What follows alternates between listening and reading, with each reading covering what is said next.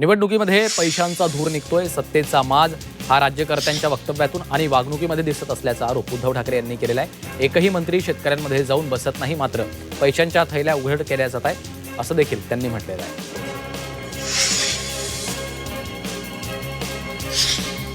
प्रकाश भोईर यांनी मनसे जिल्हाध्यक्ष पदाचा राजीनामा दिला. मनसे अध्यक्ष राज ठाकरे यांच्याकडे राजीनामा सुपूर्द केलाय. भोईर यांच्या राजीनाम्यानं कल्याण डोंबिवलीत राजकीय वर्तुळात खळबळ उडाली आहे. प्रकाश भोईर हे भाजपच्या वाटेवर असल्याची चर्चा आहे. नांदेड जिल्ह्यातील मुदखेड शहरासाठी पाणीपुरवठा योजनेचे पैसे दिले होते, पण त्यांनी ते पैसे खाल्ले. निवडणूक झाल्यानंतर मुदखेडमधील पाणीपुरवठा योजनेची चौकशी लावणार असा इशारा मंत्री गुलाबराव पाटलांनी अशोक चव्हाण यांना दिला.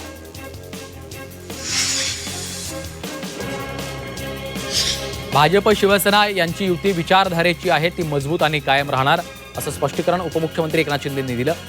2 डिसेंबरपर्यंत युती टिकवायची आहे असं विधान भाजपचे प्रदेशाध्यक्ष रवींद्र चव्हाण यांनी केलं होतं. त्यावर आता शिंदेंनी स्पष्टीकरण दिलंय.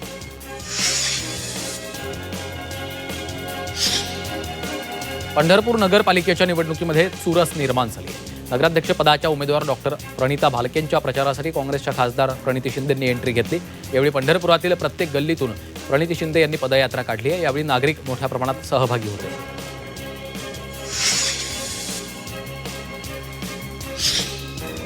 वाशिम जिल्ह्यातील नगरपंचायत निवडणुकीच्या प्रचार सभेत मुख्यमंत्री देवेंद्र फडणवीसांनी शेतकऱ्यांसाठी घोषणा केली आहे. शेतकऱ्यांना 365 दिवस मोफत वीज देऊ, ही योजना अशीच सुरू राहील अशी ग्वाही फडणवीसांनी दिली आहे. मुख्यमंत्री देवेंद्र फडणवीसांना सुप्रीम कोर्टाने दिलासा दिलाय. विधानसभा निवडणुकीच्या निकालाविरोधात स्थानिक काँग्रेस उमेदवार प्रफुल्ल गुडधे यांनी याचिका दाखल केली होती. ईव्हीएमवर निवडणुका घेतली, त्यामुळे ती निवडणूक रद्द करा अशी मागणी नागपूर दक्षिण पश्चिमचे काँग्रेस उमेदवार प्रफुल्ल गुडधे यांनी केली होती. यापूर्वी हायकोर्टानेही याचिका फेटाळली होती. मुंबई महापालिका शाळेच्या उद्घाटनाप्रसंगी काँग्रेस भाजपात श्रेयवाद रंगला. आशिष शेलारांच्या उपस्थितीमध्ये काँग्रेस कार्यकर्त्यांशी गैरवर्तन झाल्याचा आरोप वर्षा गायकवाड यांनी केलाय. त्यांनी ट्विटरवर एक व्हिडिओ पोस्ट केला, समाज माध्यमांवर व्हिडिओ पोस्ट केला. महाडच्या कॉर्नर सभेत युवा सेनेचे विकास गोगावले यांनी राष्ट्रवादी काँग्रेसचे प्रदेशाध्यक्ष खासदार सुनील तटकरेंवर जोरदार हल्लाबोल केलाय. जसं संपूर्ण रायगड जिल्हा ओरबाडला, तशी महाड नगरपालिका ओरबाडल्याशिवाय राहणार नाहीत अशा शब्दात गोगावले यांनी टीका केली आहे.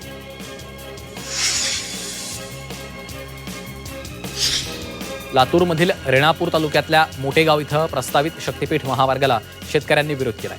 मोजणीसाठी आलेल्या अधिकाऱ्यांना रोखलं. दरम्यान अधिकारी आणि शेतकरी यांच्यात शाब्दिक बाचाबाची झाली आहे. शेतकऱ्यांचा आक्रोश पाहता अधिकाऱ्यांना मोजणी न करता परत फिरावं लागलं. नाशकात आगामी निवडणुकीच्या पार्श्वभूमीवर उपमुख्यमंत्री एकनाथ शिंदेंची सभा पार पडली. यावेळी त्यांनी विरोधकांवर निशाणा साधलेला आहे. भगूरकरांना कमी पडू देणार नाही, 2 तारखेला धनुष्यबाणाला मत द्या असं आवाहन त्यांनी केलं. मुख्यमंत्री देवेंद्र फडणवीस आज वाशिमच्या दौऱ्यावर आहेत. वाशिम नगर परिषदेच्या निवडणुकीच्या प्रचारार्थ तसंच भाजप नगराध्यक्षपदाचे उमेदवार अनिल केंदळे आणि भाजप नगरसेवकांच्या समर्थनार्थ जाहीर सभा घेणार आहेत. वाशिममध्ये महायुतीतील काही उमेदवार एकमेकांच्या विरुद्ध रिंगणात उभे असल्यानं स्थानिक राजकारणात वेगळीच रंगत निर्माण झाली आहे. स्थानिक स्वराज्य संस्था निवडणुकांचा प्रचार शिगेला पोहोचलाय. अकोल्यातील मूर्तिजापूर नगर परिषदा निवडणुकीच्या प्रचारासाठी भाजप प्रदेशाध्यक्ष रवींद्र चव्हाणांची उपस्थिती होती. यावेळी भाजप उमेदवारांना विजयी करण्याचं आवाहन चव्हाण यांनी केलंय. बीडमध्ये वंचितनं मुख्य रस्त्याच्या खड्ड्यातील साचलेल्या पाण्यात नारळ फोडून प्रचाराला सुरुवात केली. अनेक भागात नागरी सुविधांचा अभाव आहे आणि हेच लक्ष वेधून घेण्याचं काम वंचितनं केलं. ढोल ताशांच्या गजरात वंचितकडनं प्रचाराला वेग घेतला गेला.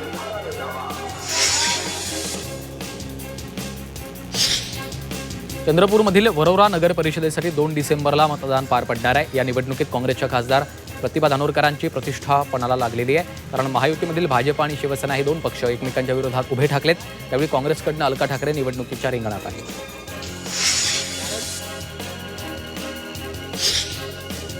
वर्ध्याच्या देवळीमध्ये नगर परिषद निवडणूक चुरशीची झाली आहे. माजी खासदारांच्या पत्नीला तिकीट दिल्यानं भाजपमध्ये अंतर्गत नाराजी सुरू आहे, तर काँग्रेसकडनं अशोक वैद यांना उमेदवारी दिली. युवा संघर्षकडनं किरण ठाकरे हे रिंगणात आहेत. त्यामुळे देवळीमध्ये तिरंगी लढत होण्याची शक्यता आहे.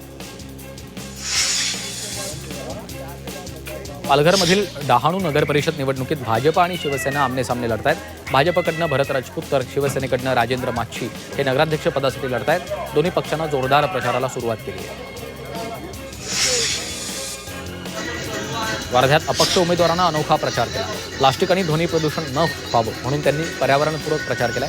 पारंपरिक बॅनर्स, पोस्टर्स, भोंगे आणि मोठ्या रॅलींपासून दूर राहत त्यांनी प्रदूषणमुक्त प्रचार केला. नाशिकच्या येवल्यात राष्ट्रवादी काँग्रेस शरद पवार पक्षाकडनं 6 उमेदवार नगरसेवक पदासाठी देण्यात आलेत. या उमेदवारांच्या प्रचारासाठी खासदार भास्कर भगरेंनी येवल्यात सभा घेतली. यावेळी राष्ट्रवादी काँग्रेसचे ज्येष्ठ नेते माणिकराव शिंदे, राष्ट्रवादी काँग्रेस शहराध्यक्ष योगेश सोनवणे तसंच सर्व प्रभागातले उमेदवार उपस्थित होते. नाशिकच्या येवल्यात नगरपरिषद निवडणुकीसाठी राजकीय पक्षांनी कंबर कसली. या ठिकाणी अपक्षांनीही राजकीय पक्षांच्या समोर मोठं आव्हान उभं केलं तर सर्व पक्षांकडनं जोरदार प्रचार केला जातोय. या प्रचाराच्या रॅलीत युवकांसह ज्येष्ठ नागरिक, महिलांचा सहभाग आहे.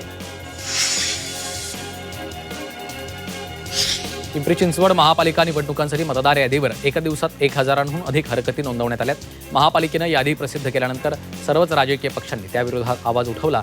काही ठिकाणी तर नगरसेवकांचंही नाव गायब झालं. राज्यातील आगामी निवडणुकांसाठी निवडणूक आयोगाची यंत्रणा सज्ज झाली आहे. नगरपरिषद आणि नगरपंचायतींच्या निवडणुकांसाठी 1 कोटी मतदार मतदानाचा हक्क बजावणार आहे. त्यासाठी 13,000 मतदान केंद्रांची व्यवस्था करण्यात आली. या निवडणुकांसाठी ईव्हीएम मशीनचीही व्यवस्था केली आहे. यवतमाळमध्ये नगराध्यक्ष पदासाठी निवडणूक लढवणाऱ्या भाजप आणि काँग्रेसच्या उमेदवार महात्मा फुलेंच्या स्मृतिदिनानिमित्त आमने-सामने आल्या. मंत्री अशोक उईके यांची कन्या प्रियदर्शनी आणि माजी मंत्री शिवाजी मोघे यांच्या सून काँग्रेसकडनं एकमेकांच्या विरोधात लढत आहेत.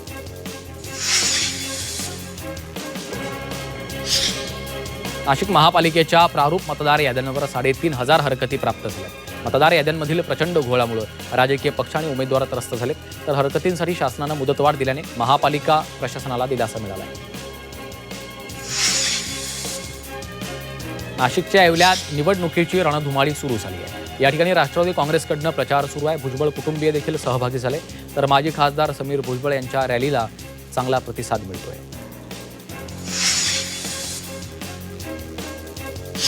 पिंपरी चिंचवड पोलिसांनी निवडणूक शांततेत पार पडावी यासाठी उपाययोजना सुरू केल्यात. निवडणुकांच्या पार्श्वभूमीवर 1,600 गुन्हेगारांना नोटीस बजावण्यात आली आहे. निवडणुकांदरम्यान वातावरण बिघडवू शकणाऱ्या गुन्हेगारांवर पोलिसांची विशेष नजर असणार आहे.